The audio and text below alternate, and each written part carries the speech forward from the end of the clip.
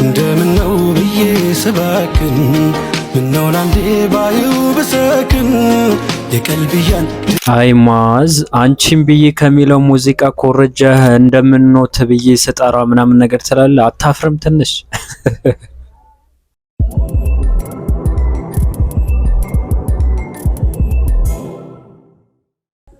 ቢስሚላህ አልሐምዱሊላህ ወሰላቱ ወሰላሙ አላ ረሱሊላህ ወአላ አሊሂ ወሰህቢሂ ወመን ዋላ። ውድና የተከበራችሁ የቻናላችን ተከታታዮች አሰላሙ አለይኩም ወራህመቱላሂ ወበረካቱ።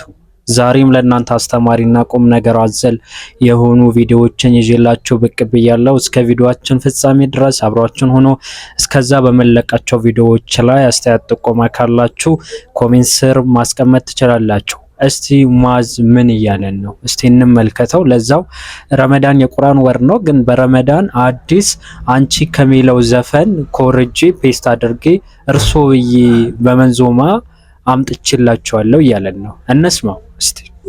እንደምነው ብዬ ስባክን ምነው ላንዴ ባዩ ብሰክን የቀልብያን ድርን የሚፈታው ሽሙሙን ባየው ፈገግታው ሰላም አለይከ ኸይረል እንደምን ነው ብዬ ሰባክን አለ። ባንቺ ናፍቆት እንደምን ነው ብዬ ሰባክን ከሚል ዓለማዊ ሙዚቃ ኮፒ ፔስት የተደረገ ዘፈን መንዞማ። በነገራችን ላይ አሁን ኮፒ ፔስት የተደረገበት ዜማው ሳይቀር እዚህ ማላመጣው ኮፒራይት ስለሚያደርግብኝ ነው እንጂ አምጥቼ ላሳያችሁ ነበረ። የምትፈልጉ ሰዎች ቴሌግራም ቻናል ላይ ያስቀምጥላችኋለሁ። ይሄ እኮ የታወቀ ነገር ነው። የምታስታውሱ ከሆነ ከዚህ በፊት አንድ መንዞማ ብሎ ሲያዘምር ዝም ብሎ አዝማሪያችን ሙአዝ እንደፈለገ ሲሆን ከቴዲ አፍሮ የተኮረጀ ሆኖ አገኘ ነው። ዜማው ባክግራውንድ ክላሲካሉ ምኑም ሳይቀር ማለት ነው። አሁንም ባክግራውንድ ክላሲካል ሳይቀር ዜማው ሳይቀር የግጥሙ ፍሰት የሐሳብ ፍሰቱ ሳይቀር ከዓለማዊ ሙዚቃዎች ከዓለማዊ ዘፈኖች ኮፒ ፔስት አድርጎ ከዛ ረመዳን ላይ በዚህ ፈታ በሉ እያለን ነው። ግን ረመዳናችሁ በዚህ ፈታ አትበሉ። ቢያንስ ቁርአን የምትቀሩበት ጊዜ ባታገኙ እንኳን ኤርፎን ተጠቅማችሁ ቁርአን በመስማት የአላህን እዝነት ማግኘት ትችላላችሁ እንጂ ይህን በመስማት ምንም ነገር የምታገኙት አንድ ጥቅም የለም። እሺ ምንም አጅር የለውም። መንዞማ አንድ ሰው በማዳመጡ ምንም የሚያገኘው አጅር የለም አላህ ዘንድ ማለት ነው። ባይሆን የአላህን ቃል በመስማታችሁ ብቻ ይታዘንላችኋል እና የአላህን ቃል ደጋግማችሁ ማለት ነው ስሙ፣ አዳምጡ እንጂ መንዞማ እየተባለ ረመዳናችሁን ሞቅ የሚያደርግላችሁ መንዞማ ያው አዲሱ ብለው ከዛ ኸሚስ ምናምን ነገር ፖስት ይደረጋል ይላሉ። ልክ ዓለማዊ ላይ ካያችሁ ለምሳሌ የተለያዩ ሙዚቃ የሚለቀቅባቸው ኢንተርቴይንመንት ነው የሚባሉት ብቻ ሆፕ ኢንተርቴይንመንት ምናምን የሚባሉ አሉ ዩቲዩብ ላይ ማለት ነው።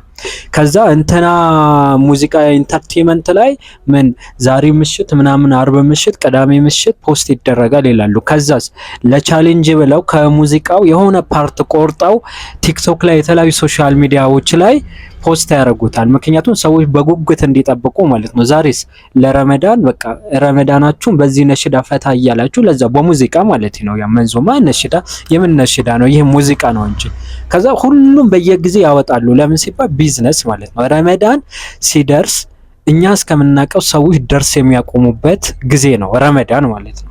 የተለያዩ መስጂዶች ተመልከቱ፣ ደርስ ያቆማሉ ኡስታዞች ማለት ነው። ዛሬስ እነ ተውፊቅ አጀሬ ማለት ነው ይመጡና ይዘፍናሉ። እንመልከታቸው።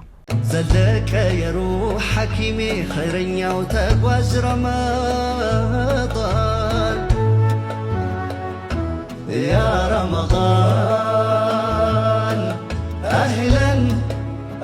አህለን ረመዳን እያሉ ይዘፍናሉ። ብለው ደግሞ የቁርአን ወር የዚክር ዓለም ምናምን ነገር እያሉ ግን ከቁርአን የሚያርቅ ነገርን ባክግራውንድ ክላሲካል ሙዚቃ ተጠቅመው ይዘፍናሉ። አይጋጭን? ክላሽ አያደርግም? እንዴት ነው ነገሩ? እኔ እየገባኝ አይደለም። የቁርአን ወር እየተባለ ከዛ በኋላ ተዘፍንበታል እንዴ? የቁርአን ወር በሚል ጉድ ነው እኮ ዘንድሮ የማናየው የለም። ስለዚህ ቁርአን የወረደበት ወር እስከሆነ ድረስ ሰዎች በኢባዳ ነው ማሳለፍ ያለባቸው። አይደለም በረመዳን ይቅርና ዛሬ ላይ ያሉ ነሽዳ የሚባሉ ነገራቶች በኖርማል ጊዜ መስማት ራሱ ክልክል ነው። ምክንያቱም ነሽዳ የሚባለውን ነገር መስፈርት የሚያሟላ አይደለም። በዜማ ከዛ በኋላ አጃቢያን ኖረው ከኋላ ታያላችሁ። እሱ ወንበር ላይ ይሄ አንዳንድ ቦታዎች ትልልቅ ሆቴሎች ካያችሁ ዲጄዎች ይኖራሉ። ባንድ ነው የሚባለው አይ ቲንክ ባንድ ማለት ነው። ከዛ የሆነ መታ ያረጉታል፣ እሱን ይመታሉ። ከዛ ተቀባይ አለ። አይ ቲንክ ሰይፉ ሾው ላይ ካያችሁ ሰይፉ ሾው ላይ አንዳንዴ ይቀርባልና እንዲህ አይነት ባንዶችን ባንድ ነው ምንድነው አይ ቲንክ ስሙ በትክክል ካልጠራሁት አስተካክሉ። እና እነሱ ይመጣሉ። ቶፊቅም እያደረገ ያለው ያ ነው። አንዶቹ ምን ያደርጋሉ? አንድ ላይ ሆነው ከዛ በኋላ እሱ የሚተቀበሉት አለ። ለምሳሌ አህለን ያ ረመዳን ሲል ከዛ አጃቢያን አህለን ይላሉ። የሆነ ኪነ ጥበብ ነው እኮ በእነሱ ቤት ነገሩ። ኡስታዝ ሆኖ ራሱ ኪነ ጥበብ አሁን ለምሳሌ በተለያዩ ስዕልን ሰዎች 1000 ዓመት ዳዋ ቢያደርጉ የማይገልጹትን ወይም ደግሞ ተጽዕኖ የማይፈጥሩትን በትንሽ አርት ወይም ስዕል ተጽዕኖ መፍጠር እንችላለን ወጣቶች ዘንድ እያሉ ሲቀደዱ ነበረ። ስዕል መሳል ሐራም ሆኖ ሳለ ማለት ነው። ትልልቅ ኡስታዝ የሚባሉ ከዚህ በፊት ቪዲዮ ሰርተናል፣ መለስ ብላችሁ ማየት ትችላላችሁ። ወደ ሌላ ቪዲዮ ስንሻገር እንግዲህ ሶሻል ሚዲያ ላይ ሙስሊም ሆነው ነገር ግን በእስልምና መገለጫ በሆኑ ነገራቶችን አላሁ ሱብሓነሁ ወተዓላ በአንቀጾችን በሱ መልእክቶችን አታላግጡ ካመናችሁ በኋላ ይህ እኮ የምናደርገው ጀስት ለቀልድ ነው ብለው ምላሽ እንደሚሰጡ አላህ በበርካታ የቁርአን አንቀጾች ላይ ይናገራል። ታዲያ ዛሬ ላይ ሙስሊም ሆነው ለዛው ከክርስቲያን ሴቶች ጋር ምን እንደሚያደርጉ እንመልከት። ይህን ያመጣሁበት ዋነኛ ምክንያት እንግዲህ የዓመቱ ምርጥ ዳዋ አድራጊዎች የዓመቱ ለሙስሊሞች ጥሩ ዳዋ ያደረጉ ሰዎች የነሱ ጀለሶች ናቸው። በተገናኙ ቁጥር አንድ ላይ ነው ቪዲዮ የሚሰሩት፣ አንድ ላይ ነው የተለያዩ ነገራቶች የሚያደርጉት፣ አንድ ላይ ነው መድረክ የሚመሩት ምናምን ነገር። ግን እያደረገ ያለው ወንጀልን እንመልከት። ይህን ነገር ግን እነሱ አይከላከሉ። ዳይ ወደ ቪዲዮ። አብደላ ማን ነው አብደላ? ታዲያ ሁልጊዜ አይደል እንደ አብደላ የምትለው? አልሐምዱሊላህ። እንግዲህ እንደተመለከታችሁት ነው አልሐምዱሊላህ በሚለው ማለት ነው አብደላ ምናምን ብላ እየቀለዱ ነው። ለምን ሲባል ለማስተማር በሚል ሰበብ ማለት ነው። እንግዲህ እንዲህ አይነት ማስተማር አለ ወይ? አላህ ሱብሃነሁ በሱረቱል ተውባ ምዕራፍ 9 ከቁጥር 56 ነው ምናምን አካባቢ አይ ቲንክ 65 ከ65 እስከ 66 ያለው አንቀጽ ገብሳችሁ ማንበብ ትችላላችሁ ምን አይነት አደገኛ እንደሆነ። ይህን ጉዳይ በተመለከተ አንድ ወንድም ምላሽ ሰጥቶ ስለተመለከትኩኝ እስቲ የሱ ምላሽ እንስማ። አሪፍ ምላሽ ስለሆነ ልጋብዛችሁ። አብደላ ማን ነው አብደላ? ታዲያ ሁልጊዜ አይደል እንደ አብደላ የምትለው? አልሐምዱሊላህ። በእርግጠኝነት ካፊር ቢሆን ወይም ሙስሊም ባይሆን ይሄ ግለሰብ ህግ በዲናችን ተቀለደ እያለን እንንጫጫለን፣ በእስልምናችን ተቀለደ እያለን እንንጫጫለን። እንደዚህ አይነት ሰዎችን ግን በህግ እንጠይቅ እያልኩ አይደለም፣ ነገር ግን ዳዕዋ እንኳን አናደርግላቸው። በጣም እኮ የሚገርመኝ የዓመቱ ምርጥ ዳዕዎች ተሸላሚዎቻችን ምነው እናንተ አይደላችሁም እንዴ ሙስሊም እንደሆነ እንዲታወቅ ያደረጋችሁት? እናንተ አይደላችሁም እንዴ አብራችሁ ቪዲዮ ስትሰሩ የነበራችሁት? ምነው የዓመቱ ምርጥ ተሸላሚዎች ዳዕዎች ምነው ዳዕዋችሁ ቀዘቀዘሳ? ከሽልማቱ በኋላ ከሽልማቱ በፊትም እኔ ምን የትኛውን የሰው ልጅ ከችግር እንዳወጣችሁት አላውቅም። አብሽር አላህ ከጎንህ ነው እያሉ የሆኑ ጥቅሶችን አምጥቶ ማውራት ከባድ ነገር አይደለም።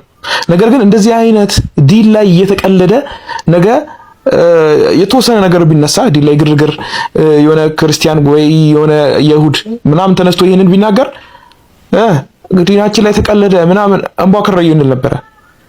ለዚህ ሰውዬ ግን ቢያንስ ዳዕዋ እንኳን አልተደረገለትም። ለምን? ሁሉም የማስመሰል ስራ ነው የሚሰራው። ፌመስ ነው፣ አዎ ፌመስ ነው። ያ አላህ እንዴት ይነካልስ? እሱ እኮ ፌመስ ነው። ኧረ አይነካም፣ አትንኩ፣ አይነካም አይደል? ምክንያቱም ያዋ እንዴ የዓመት ተሸላሚ ለመሆን የዓመቱ ዳዕዋ ተሸላሚ ለመሆን አዋርድ ላይ ተሸላሚ ለመሆን ፌመስ ሰው ነክተህ እንዴት ይሆንልሃል? አይሳካልህም። ምንድነው ማድረግ ያለብህ? አብሽሩ አላህ ከጎናችሁ ነው ማለትና ድራማ መስራት ነው ያለብህ። የተገላለጡ ሴቶችን እያመጣ እንደዚህ አይነት ቪዲዮዎችን ሲሰራ እያየሁት ነው። እና ያው ከቤተሰቡ ከጓደኞቹ የሚመክረው አይጠፋም። እንደው ይምከሩት ብዬ ዝም ብያለሁ።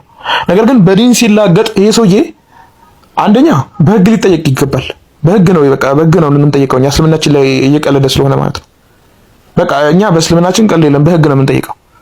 ግን ከዛ በፊት እየሄድን ያለንበት መንገድ ምንድነው? ዳዕዋ ይደረግለት ይሄ ልጅ ዳዕዋ ይደረግለት። የሚያጠፋ ከሆነ ይሄን ቪዲዮ ያጥፋ። ይሄን ቪዲዮ ብቻ አይደለም ሌሎችም የቀለደባቸው ሊኖሩ ይችላሉ፣ አላውቅም። ግን ይሄ የሆነ የለመደ ነገር ነው እና በጣም በጣም በጣም በጣም ሙስሊሙ ኡማ ዘንድ ምን አይነት ክፍተት እየተፈጠረ ምን አይነት እንደው ዝቅጠት ላይ እንዳለ ማለት ኡማው ሳይሆን አንዳንድ ዳዒ ነን ባዮች ምን አይነት ነገር ላይ እንዳሉ እዩ፣ ተመልከቱልኝ። ለአንዳንድ ለተራ ሰዎች ለ200 ለ2000 ለ3000 ፎሎወር ላላችሁ ሰዎች መልስ ሰጣላችሁ ከላይ ጭንቅላቱን ለመምታት።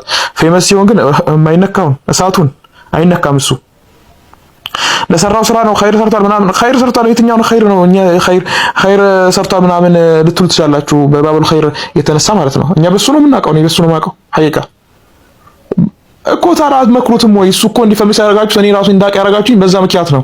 ለምን አትመክሩትም? ብቻ በጣም ደም የሚያፈላ ነገር ነው። ዲን ላይ ሲቀለድ እንደማየት የሚያም ነገር የለም። ብቻ አላህ ይሁናችሁ፣ ወላሂ አላህ ይሁናችሁ። አላህ ፊት ምን አይነት መልስ ልትሰጡ እንደምትችሉ አላውቅም። አብሽሩ አብሽሩ እያልኩኝ ነበር ብላችሁ መልስ ሰጡ እንደሆነ እናያለን። እስቲ አላሁ ሙስተዓን። ሰላም አለይኩም ወራህመቱላሂ ወበረካቱ። እንግዲህ ወንድማችን ጥሩ የሆነ ማብራሪያ ነው የሰጠው፣ ጥሩ የሆነ ምላሽ ነው የሰጠው። ብዙዎቻችን የዘነጋነው እውነት በትክክለኛ አገላለጽ የገለጸው ነው። በነገራችን ላይ ቲክቶክ አለው፣ ገብታችሁ ፎሎ አድርጉት። በዚሁ አጋጣሚ ነቢል ዘይን ይባላል እና አስቀምጠላችኋለሁ ፕሮፋይሉ። እና ወደ ቀጣይ ቪዲዮ ስንሻገር ኡስታዝ ሳዳት ከማል ለአንድ ትልቅ ሰውዬ ነው፣ ግን ጫት ሐራም አይደለም ሐላል ነው፣ እንዲሁም ደግሞ ለምንድነው በአማርኛ ኹጥባ የምታረጉት በአረብኛ ካልሆነ እያለ አንድ ማይክሮፎን ይዞ ትልቅ መስጂድ ውስጥ ሲያስተምር የነበረን ግለሰብ መረጃ ላይ ተመርኩዞ የሰጠው ምላሽ አለ። ዳይ ወደሱ ቪዲዮ ደሞ አሁን የሚያሳውሳችሁ የዛሬ ሳምንት በአረብኛና በአማርኛና በእንግሊዝኛ መሆን ከአረብኛ ውጭ ባለ በማንኛውም በአጀም ቋንቋ ኹጥባ ማድረግ ቢድዓ ነው ብያችሁ ነበር። ይሄን የዛሬ ሳምንት ብቻ አይደለም ተናገርኩት፣ ሌላም ጊዜ በተደጋጋሚ በጅሙዓ ቢድዓ ነው ብዬ ነግሬያችኋለሁ። አንድ ወንድም ወላሂ ለምን አለ እንዴት ነው የሚለው እስቲ ብሎኛል ብሎ ነገረኝ ብታብራራ። እኔ የዛሬ ሳምንት ከሌላ ጊዜ ወላሂ ቢድዓ ነው የሚል ጨምራለሁ። ወላሂ ያልኩበት 100% ቢድዓ መሆኑን ስላረጋገጥኩ ነው። ለምን ብትሉ ነብዩም በአረብኛ ነው ያደረጉት፣ ቁርአን በአረብኛ ነው እና የመጣው ቁርአንም በአማርኛ ከአረብኛ ውጭ ባለ ቋንቋ በየቋንቋው የዓለም ሙስሊም አድርገናል። ነብዩ ማለት ነብዩ ያደረጉበትም ደግሞ በአረብኛ ነው። ከሶስቱም ከነብዩ ሱና ውጭ ነው። የነብዩ ሱና ሶስት ነው፣ ወይ በቃላቸው ተገኘ፣ ወይ በስራ ተግባር፣ ወይም ሲሰራይቶ በማዘቃቸው። ከዚህ ከሶስቱም ሱናቸው ውጭ ነው። ሰለፎቹም ሰሃባዎቹም ሁሉም እንደዛ ናቸው። እና ስለዚህ ይሄ በሆነበት 100% ቢድዓ ነው። በአሁን ጊዜ ጭራሽ ሱና እንደሆነ መሽሩዕ እንደሆነ አድርጎ ሐምዱሊላህ ወሰላቱ ዐላ ነብዩ ብቻ በአረብኛ ያደረጉና አማርኛው አደረጉት። ከየት መጡት? ያ ሱብሃንአላህ። ቢስሚላህ ወሰላቱ ወሰላሙ ዐላ ረሱሊላህ ኢና ሊላሂ ወኢና ኢለይሂ ራጂዑን። አላሁ ሱብሓነሁ ወተዓላን ከሚፈሩት ሰዎች አላህ ያድርገን። ኡማውን ከማጭበርበር ደግሞ አላህ ይጠብቀን። የሙስሊሙ ማህበረሰብ ሊያጭበረብሩ የተነሱ ሰዎች አሉ። ምን ውስጥ ተወሽቀው? እስልምና ውስጥ ተወሽቀው ምን በማድረግ ሼክ ነን አዋቂዎች ነን በማለት ህዝቡን ለማጥመም ብድግ ብለው ተነስተዋል። ይሄ ግለሰብ እንደሰማችሁት ምን እያለ ነው? የመስጂድ ኢማም ነኝ ነው የሚለው። የጁምዓ ኹጥባን ከአረብኛ ቋንቋ ውጭ ባለ ማድረግ ቢድዓ ነው ይላል። ወላሂ ብሎም ደግሞ ይምላል። ጥያቄው ምንድነው? እሱ ማስረጃዬ ነው ብሎ የጠቀሳቸው ጉዳዮች አሉ። እሱ ምንድነው? ቁርአንም የወረደው በአረብኛ ቋንቋ ነው። ነብዩ ሙሐመድም ሰለላሁ ዐለይሂ ወሰለም አንድም ቦታ ላይ ከአረብኛ ቋንቋ ውጪ ተጠቅመው አያውቁም ማለት ኹጥባን በተመለከተ ማለት ነው። ጥያቄው ምንድነው? እሳቸው ዳዕዋ ሲያደርጉስ ከአረብኛ ቋንቋ ውጭ ተጠቅመዋል ወይ? አሁን አንተ ዳዕዋ እያደረክ ነው፣ መስጂድ ውስጥ ወንበር ይዘህ ማለት ነው። ለምን በአረብኛ ቋንቋ ብቻና ብቻ አታደርገው? ለምን በአማርኛ ቋንቋ ትናገራለህ? ምን ልትል ነው? አይ ህዝቦች እንዲረዱት ነው ልትል ነው አይደለ? ራስህ በምታመጣው ማስረጃ አንተው ራሱ ተያዝክ።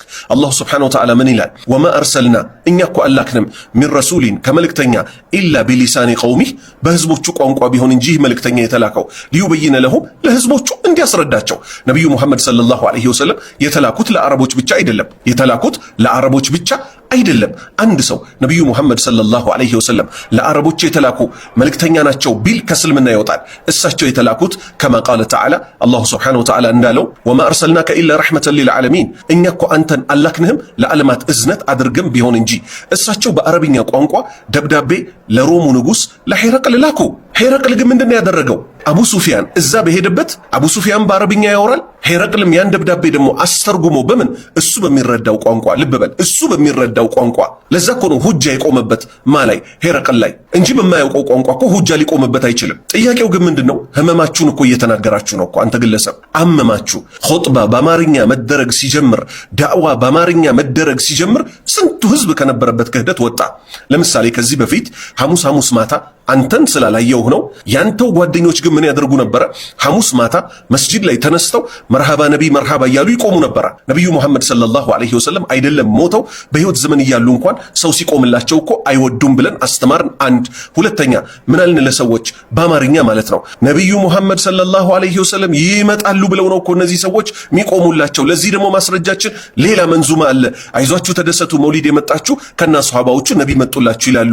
ነብዩ መሐመድ ሰለላሁ ዐለይሂ ወሰለም እና ሱሐባዎቻቸው ከቀብራቸው ወጥተው ይመጣሉ እዚህ አሉ ብለው ስለሚያምኑ ነው ብለን በአማርኛ አስረዳን። ህዝቡ እርግፍ አድርጎ ተዋችሁ። አሁንም ቀጥላችሁ ምን ስትሉ ስትሸውዱት ነበረ? አላሁመ ሰሊ በሚል ስም አላሁመ ሰሊ አላ ሙሐመድ መገን ነቢ የሁሉ ቀላቢ ነብዩ ሙሐመድ እርሶ እኮ ኖት የሁሉ ቀላቢ ስትሉ ነበረ። ለህዝቡ በቋንቋው በአማርኛ ተርጉመን አስተማር ነው የሁሉ ቀላቢ። ነብዩ ሙሐመድንም ሰለላሁ ዐለይሂ ወሰለም ሲቀልባቸው የኖረው እኮ አላሁ ሱብሓነሁ ወተዓላ ነው አልን። አሁንም ህዝቡ ነቃባችሁ፣ ትቷችሁ ሄደ። ቀጠላችሁ ሰላሜ አላ ገውሰል ዒባዲ ዳኢመን ቢላ አደድ እያላችሁ ደግሞ የቃጥባሪዎችን ክህደት ለህዝብ ስታስፋፉ ነበረ። ትርጉሙ ምን ማለት ነው?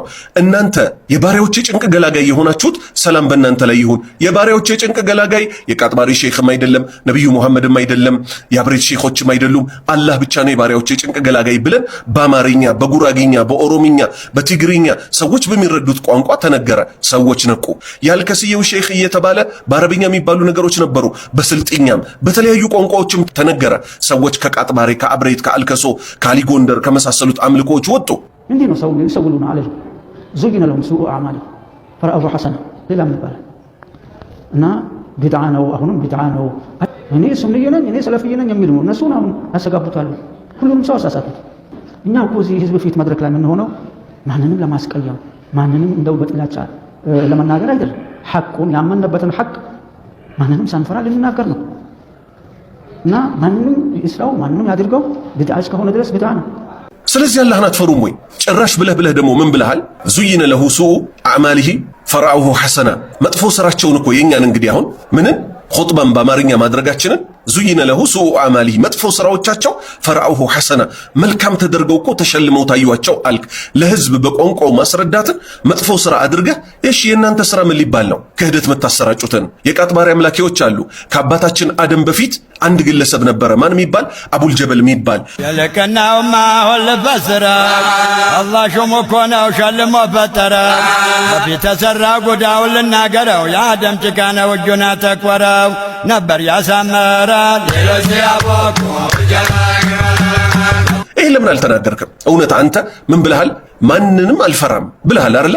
ማንንም ካልፈራህ አንተን የከበቡህን የቃጥባሬ ኮፍያ የሚለብሱት ክህደት ላይ የወደቁትን ሰዎች ለምን አላስጠነቀካቸውም? ከአደም በፊት ቃጥባሬ ሼኽ የተባለው እኮ አቡል ጀበል ቦታው ላይ ነበረ፣ ጭቃውን የሚያቦካው እሱ ነው ሲሉ ለምን አልተናገርክም? ቀጠልክና ደግሞ ምን አልክ? ቢድዓ እስከሆነ ድረስ ቢድዓ ነው ብለህ ጮክ ብለህ ተናገርክ። እሺ መውሊድስ? የአብሬት መውሊድስ? የቃጥባሬ መውሊድስ? የቦረናውስ?